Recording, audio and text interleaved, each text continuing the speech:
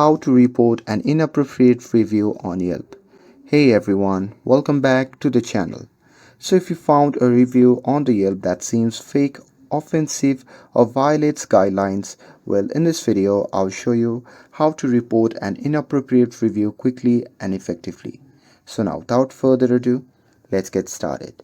So first thing first, open the Yelp app on your phone and make sure that you're logged in to your account. And now here, once you're inside the app, simply find the business with the review that you want to report.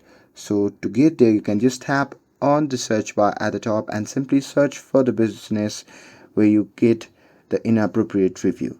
So there you can simply scroll through the review until you locate the one that you believe is inappropriate. And after that, you can just tap the flag icon or the three dot menu next to the review, and after that you can simply select report review from the options that appear, and after that you can simply choose the reason why you think this review violates the Yelp guidelines, and after that you can simply submit your report, and that's it. Yelp moderation team will review your report and take actions if needed. And with this, if you found this video helpful, then don't forget to like, share and subscribe to get updated for more videos. Thanks for watching and I'll see you in the next video.